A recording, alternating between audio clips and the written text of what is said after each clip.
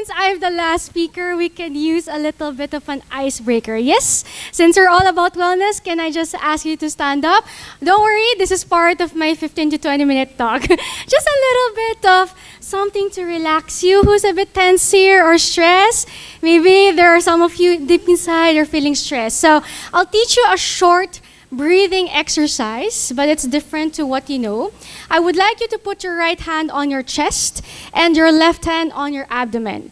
If you have abs, congratulations. Now what we're gonna do is to breathe through your nose, 4 counts, and exhale through your mouth. Okay, so only one way, don't do it simultaneously. It's actually difficult to do that. But basically, I want you to do this for 5 cycles. And please, when you do your exhales, I want you to put sound.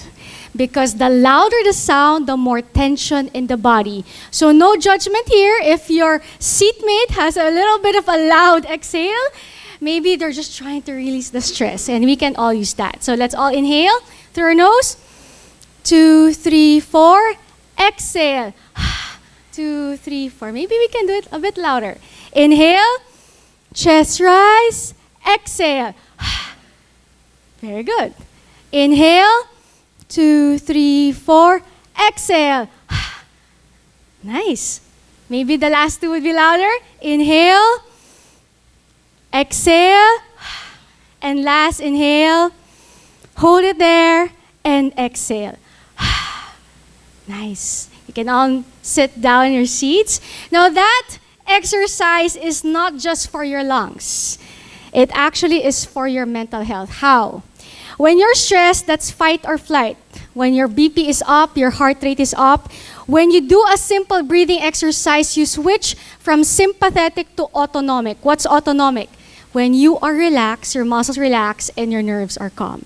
Now, since Gwen's finished with a question, I would like to start off with a question this time. How healthy is your company? Probably if I was not introduced as a doctor, we're thinking profitability. Am I hitting my KPIs? Am I reaching my targets? How's my growth? Well, your financial statements can answer that. I want you to take this question literally. When was the last time that your top agenda was the health of your employees? Are they healthy? Are they happy?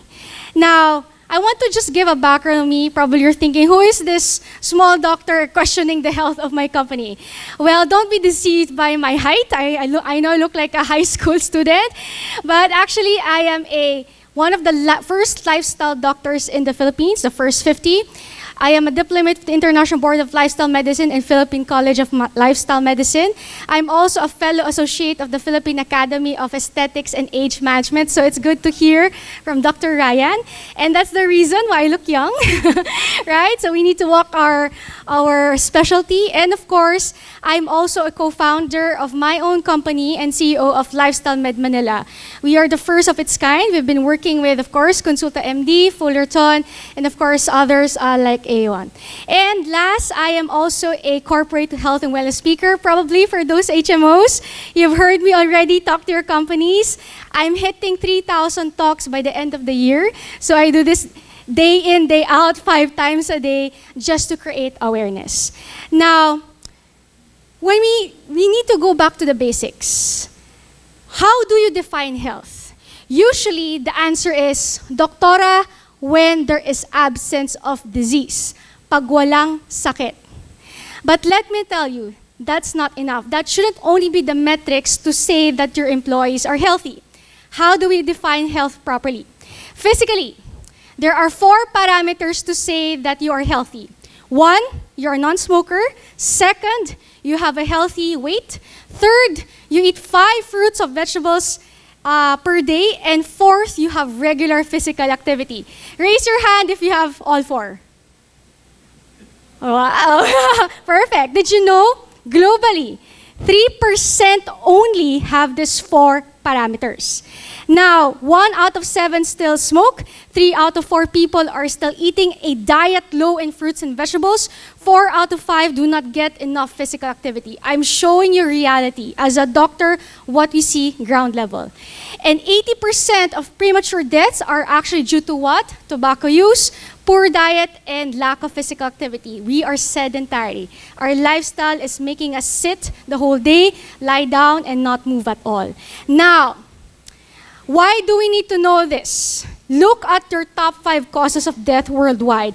This has been the top 5 for decades. Number 1, cardiovascular disease kills 17.3 million people a year. I repeat, annually.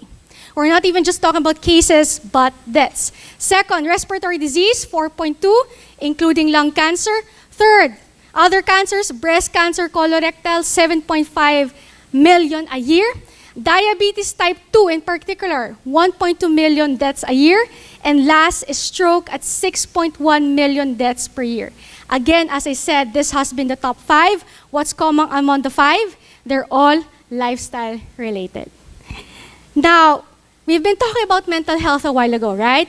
I like so much the mental health index of Aeon. I actually joined their event last June 5. But let me show other statistics. Did you know 80% of your workers are stressed on the job? Maybe they're just not saying it, but they are. 6 in 10 workers in major global economies experience workplace stress.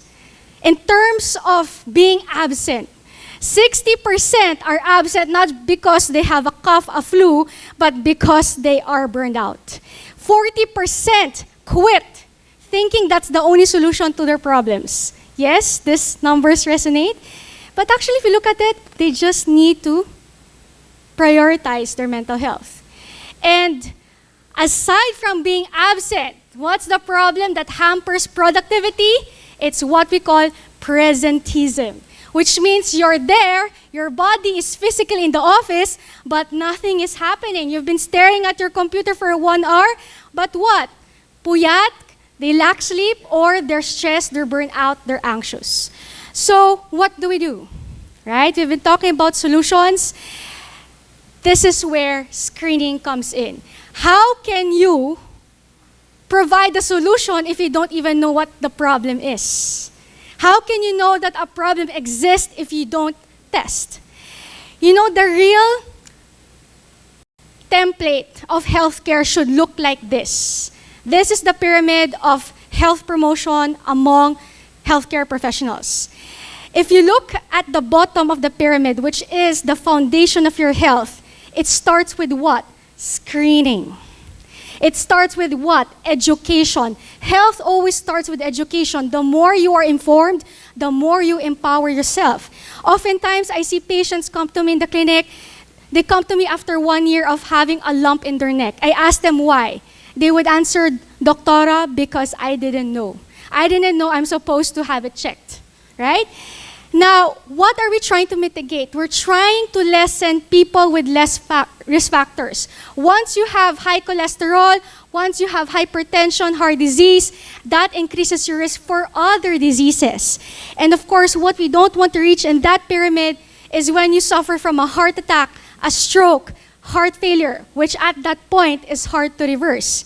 And we're not just talking about health. Financially, you pay more.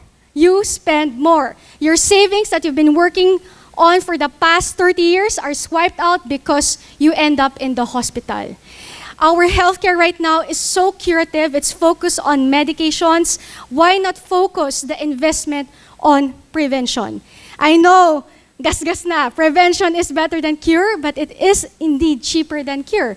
Rather than spending all your resources on medication, hospital bills, why not focus on trying to prevent it? Now, that is actually the essence of lifestyle medicine. It's your first time to hear about our specialty. We go back to the basics because if you treat it from the root cause, then a lot of symptoms actually go away. Why is there diabetes? Why is there heart disease? It was the food that they were eating, right? Why is there depression? Because we think that stress is going to heal itself, but no. And I'm gonna give you one thing that you can reconsider. You know what? Screening is only good enough if you do something about it. There needs to be follow through. Now, in my company, we offer this, Optimal Health Matrix Continuum. Why continuum? From the time that you screen, what do you do about it? Now, I know a lot of your companies, you are leaders, already have existing wellness programs, EAPs, but some of them are too general. Sometimes you put your employee on a program, on a hypertension program, then you ask the employee, why are you here? Do you have hypertension? No, because it's actually EAP of the company. We need to customize this. I heard this from Cindy. Yes, we need to customize. I go to companies, I look at the existing wellness programs. Maybe the programs that we're doing are redundant, paulit-ulit. Maybe there's something that's missing that you actually really need. Of course, what a BPO company would be different from a company whose general business is construction, right? So we need to individualize it. Now, another thing that we can do is to stratify. Okay? You know what's nice about the technology that Singapore has brought us? If you've already tried one of the ECUs or executive checkups, at the end of your executive checkups, we give you a post-screening evaluation. It's a comprehensive report that's almost 20 pages, and at the end, it shows you your risk for heart disease, diabetes, liver disease, kidney disease for the next 10 years. If you do this to all your companies, or employees rather, you can cluster them. Because why would you put everybody on a hypertension management program if not all of them have hypertension, right? You're actually wasting resources. So if you cluster them, then you do the programs for these types of clusters. Now, have you heard about SMAs? SMA stands for Shared Medical Appointments. This is a practice done in the US. When I did my training at Harvard, they do this. For example, employees who have diabetes, we handle all those 10 employees who have diabetes. And in the way, you also cut costs. Because let me tell you a secret. 70% of the time, the management for diabetes is the same. 30% is something that would be different in terms of prescription. So to cut costs, why not handle all these 10 diabetic patients at one time, 1 hour? And then when I need to individualize, I'll do it only for 15 minutes. So it's making the time of the doctor efficient, it's cutting costs, it's making the company's resources even more efficient as well. So this is what we can do after stratifying your employees or clustering them. Now, the impact, of course, this is all what we want, right? Improvement in both the physical and mental health of your employees. You decrease medical costs, right? Utilization, which HMOs, of course, that's our goal. Reduce sick leave and mental health leaves and disability. And of course, ROI, right? And in terms of productivity, it's hard to work right when you're stressed. It's hard to work when you're sad. But when your employees are happy, they become more productive. This way, you make your employees more creative in finding ways to solve a problem and provide them emotional stability. It's actually about emotions. Sometimes you get carried away by your stress, you do something or say something that you would regret. But when you do workshops with employees, how to manage their emotions, how to manage their stress, then they are better able to cope up with the stress and become more resilient, and they even interact with one another much better, right? Now, to end, I want to use this drawing analogy. Right now, our solution is mopping the wet floor. Those are symptoms, diseases. But did someone ever think about the source, of that problem in the first place? The broken faucet. If you fix the broken faucet, then there is no more water that spills on the floor. There's no more symptoms, diseases that we have to fix. So it's time to go back to the basics. And for this, I want to end with a video. Hopefully our audio would be good, because this video actually was the one that inspired me to be a lifestyle doctor. Basically, you'll see two narratives in life. Which type of story do you want to have? So let's all watch this video.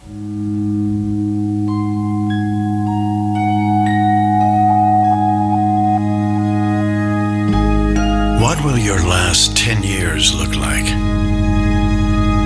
Will you be quick enough for a game of tag with your grandchild? strong enough to embrace every moment?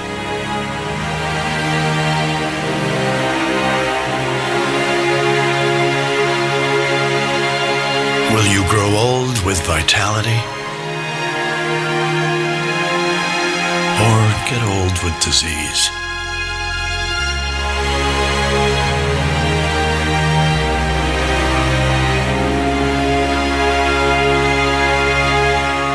It's time to decide.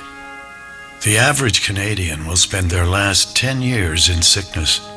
Change your future at makehealthlast.ca. Of course, that's not just applicable to Canadians, but also to us Filipinos. But basically, the gist of that short video is that what type of life do you want to have? A life that after working for 30 years of our life, 40 years, 50 years, we are sick, spending our money on hospitalization bills, medications, or a life we get to thrive, a life we get to do our bucket list, a life we get to spend with our family. And for leaders, what type of life or health do you want for your employees? So with that, thank you so much for listening to me. You know, these are not just words I say, but my words have a lot of, I would say, care into them. I know some of you have encountered me as a doctor, and I'm very passionate with what I do, but that's why it's called healthcare. Let's bring back care to healthcare. So thank you so much, and good morning.